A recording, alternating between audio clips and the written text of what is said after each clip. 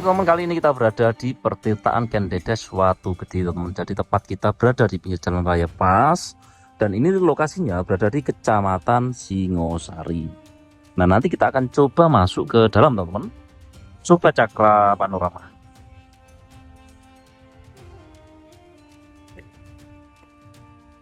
Nah oke, kita akan turun ke bawah, yaitu ke sebuah pertirtaan Kendedes atau disebut dengan pertirtaan Watu Gede teman. Kita menuruni ke bawah teman-teman.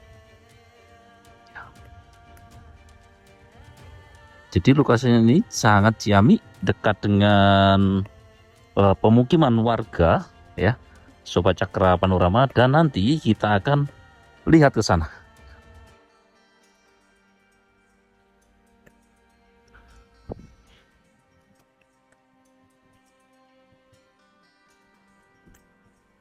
Nah, seperti inilah lokasinya sebuah pertirtaan yang ada di sini, yaitu pertirtaan Watu Gede teman. Airnya cukup.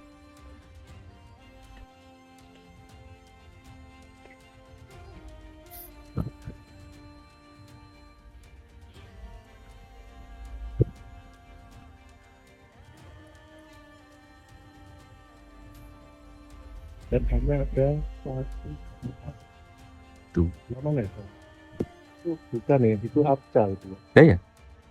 Jawara enggak ada di sini. Biasanya di sini. Itu pojok.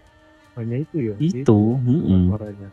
Oh, jadi jalan suaranya berupa wah, ya. Buat arca. Keluarnya air. Kan 12 itu. Ada 12 ya. 1, 2, 3, 4, 5, 6, 7, 8, 9, 10, 11, 12 teman-teman. Air.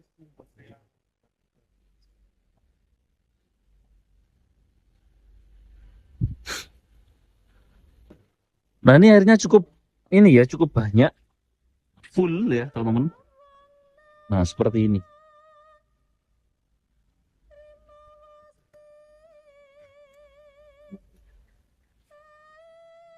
Oke ya, saya terangkan ya. Ini saya di sini sebagai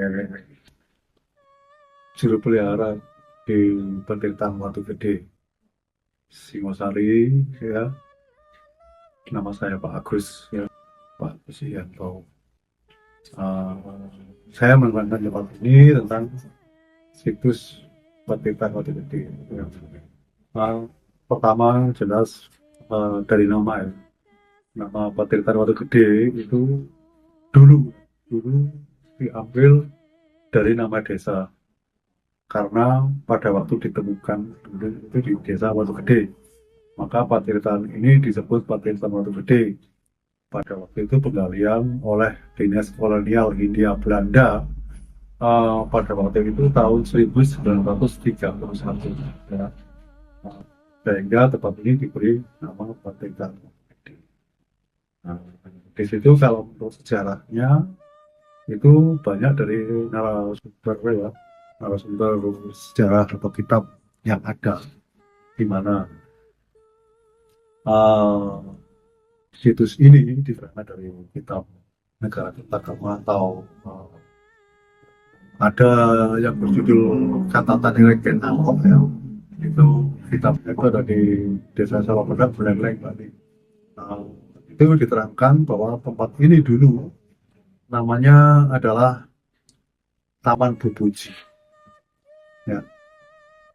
Taman Bubuji itu sendiri ya memiliki arti tempat untuk bersuci. Di mana kalau dilihat dari bentuk bangunan ini adalah bangunan beji. Ya. Nanti saya bisa mengambil gambar kita tempat beji. Beji itu adalah tempat suci artinya. Jadi bangunan beji itu adalah tempat suci ya. Sehingga kata-kata bubuji ini berarti tempat untuk bersuci.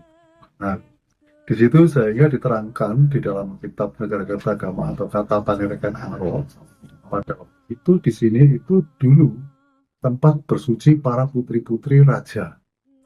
pada masa kejayaan kerajaan Tumapel. Kenapa? Sebenarnya yang ada itu adalah kerajaan Tumapel. Jadi bukan Singosari. Jadi seperti itu. Jadi saya juga ada sejarahnya sendiri kenapa kok nama Singosari itu muncul ya. Jadi di situ seharusnya kerajaan ini dulu kerajaan Tumapel. Karena diterangkan kerajaan Tumapel ini kenapa kok diberi nama Tumapel kan. Di mana kerajaan Tumapel ini dulu kerajaan ini dibangun di tempat atau tempat kerajaan ini letaknya ya itu adalah dikelilingi gunung. Jadi Tumapel ini dikelilingi gunung mulai Arjuna ya, Pandoman ya sampai Kawi ya, Lulut, Meru ya, Bromo itu melingkar. Jadi di situ sehingga kata-kata ini ditapeli itu bisa dikatakan Tumapel, jadi menempel, jadi gunung ini saling menempel, jadi kita itu ditapeli gunung. Maka disitulah sehingga kerajaan ini diberi nama kerajaan Tumapel. Nah, di situ sehingga karena ada rasa waspada atau rasa khawatir dari orang-orang Tumapel ini tentang keberadaan kerajaannya karena di bawah gunung, maka mereka bikin suatu perjanjian dengan alam yang disebut Nuswantoro. Nuswantoro itu adalah perjanjian antara alam dan leluhur kita, yaitu orang-orang Tumapel.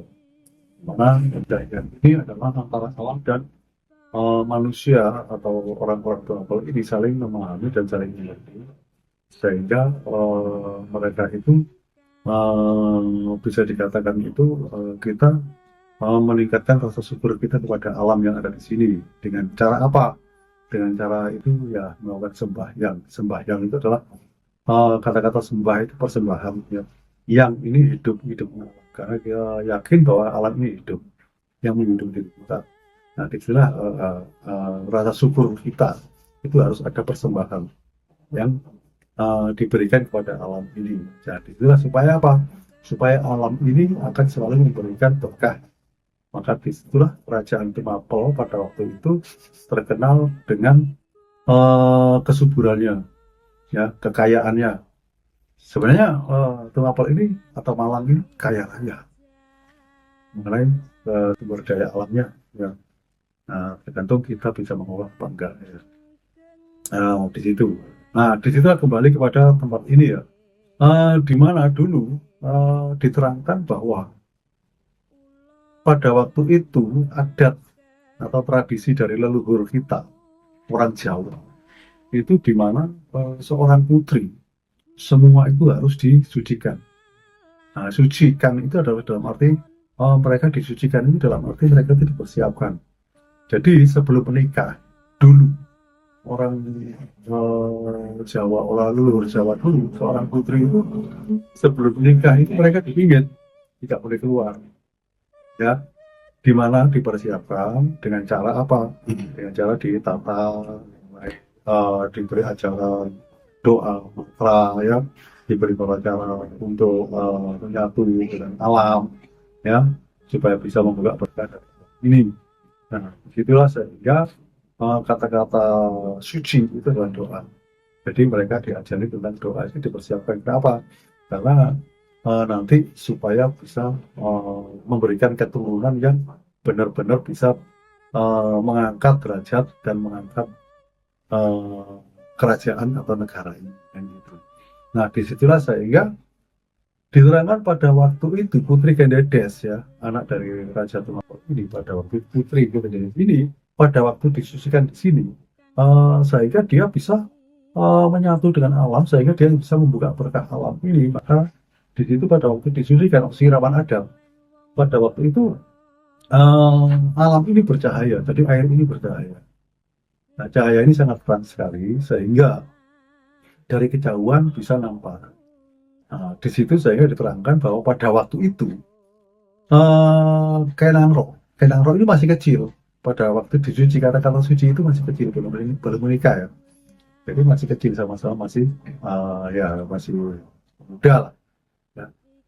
Diterangkan bahwa Kenangro pada waktu itu sempat melihat tanpa sengaja. Dia melihat. Nah, kenapa? Melihat apa? Melihat cahaya. Nah, kemudian dia mendekat, kok ada cahaya mendekat, ternyata ada seorang putri yang disucikan. Maka dia lari, bertanya kepada gurunya yang bernama Empu Loh Gawe, kok ada putri yang bisa menjumpai cahaya seperti itu. Jadi bukan putri gadis yang bercahaya ya, tapi putrinya ini menjumpai dari cahaya itu alam, energi. Nah, di situ diterangkan bahwa kok ada putri yang bisa menyimpan cahaya dari alam seperti itu, maka diterangkan oleh gurunya yang bernama Empu Loh Gawe ya. Diterangkan bahwa putri yang bisa menjumpai seperti itu disebut Anarendra Anareswari. Jadi nanti akan melahirkan raja-raja di tanah Jawa. Ya. Nah, disitulah sehingga pada waktu itu dituliskan oleh seorang empu yang bernama Empu Setyawidi yang di dalam lontar, dituliskan di dalam lontar sastra Ardi itu berbunyi puniki matir tertang potoro bombong gumuruk rasaning watek yang ikan angubuhono ring tanah Jawa. Jadi artinya puniki matir tertang potoro. Jadi di sini ya, puniki ini di sini ini adalah matir air suci tan potoro yang memiliki kekuatan tidak ada bandingannya. Bombong gumuruk rasaning watek hum doa. Jadi siapa saja yang mau berdoa, ya gumuruh itu menyatu dan bisa menyatu rasaning water dengan sifat alam air yang ada di sini. Yang ikan anugerah dari tanah Jawa, yang itu adalah kekuatan hidup alam. Ikan anugerah dari tanah Jawa adalah akan memberikan ring tanah Jawa. Ring itu adalah kekuasaan. Jadi kekuasaan yang ada di tanah Jawa. Nah, disitulah sehingga diterangkan bahwa Putri Gadis nanti akan melahirkan raja-raja di tanah Jawa. Nah, di situ. Jadi sehingga saya katakan kekuasaan. Sehingga sampai sekarang ini diyakini oleh orang-orang tertentu, hanya orang-orang tertentu ya. Jadi tidak semua orang yakin. Tempat ini diyakini untuk berdoa. Jadi kata-kata suci itu adalah doa. Maka mereka berdoa di sini supaya apa? Bisa mendapatkan berkah dan bisa membuka berkah dari alam ini. Supaya apa? Supaya dia bisa mendapatkan kekuasaan. Nah, kekuasaan ini bukan berarti jabatan loh. Kekuasaan ini bisa dikatakan itu adalah suatu tindakan yang dia mampu menguasai. Ya, jadi suatu contoh ya. Kalau kita belajar ya, pelajar ya, istilahnya sekolah ya. Kita ulangan matematika ya. Karena kita tidak memiliki kekuasaan di dalam matematika, tidak menguasai matematika, maka kita nggak bisa. Iya kan? Jadi, karena kita menguasai matematika, ulangan matematika apapun dia bisa. Karena punya kuasa. Jadi kuasa itu bukan berarti raja, presiden, bukan. Jadi kuasa itu adalah kemampuan manusia itu untuk menjalankan apa yang ada yang dihadapinya ya. Itu adalah suatu kekuasaan ya. Penguasa itu memiliki kekuasaan ya, berarti banyak ya, jadi ya banyak sekali lah ya. Itulah sehingga sampai sekarang ini diyakini oleh orang-orang tertentu untuk berdoa supaya apa? Dia memiliki kekuasaan. Nah, ini kekuasaan ini mungkin banyak orang ini memiliki problema apa karena dia tidak menguasai untuk menyelesaikan masalahnya, maka dia berdoa sehingga nanti ada jalan solusi ya, milik kekuasaan ya. Nah, disitulah sehingga itu sekilas tentang tempat ini, dan tempat ini itu dikhususkan dulu ya, dulu zaman kerajaan dulu dikhususkan untuk orang putri, seorang putri. Kenapa kalau seorang putri? Karena kalau kita lihat dari situs yang ada di sana ada arca, ada sekitar 12 arca seharusnya. Jadi seperti yang ada di gambar ini ya, itu ada 12 arca. Ini adalah arca-arca simbol dari dewa dan simbol dari seorang putri. Berarti sifat dari seorang putri. Maka disitulah arca ini adalah disebut arca Jala Dwara. Jala Dwara itu adalah jala itu air, dwara itu adalah tempat keluarnya air ya. Jadi seperti itu, mancur ya, seperti itu. Nah, disitulah sehingga sekarang tinggal satu ya di pojok. Itu adalah simbol dari Durga yang berdiri di atas kera, kepala kera, dan mulutnya ini, dua kera ini mengeluarkan air. Jadi itu filosofinya, seorang putri harus bisa menjaga kata-katanya supaya bisa bermanfaat seperti air. Maka dia disejajarkan dengan dewa. Jadi seperti itu. Nah, disitulah sehingga ada 12. 12 itu adalah simbol dari seorang putri. Nah, seorang putri adalah simbol dari 12 itu adalah angka simbol dari seorang putri. Kenapa?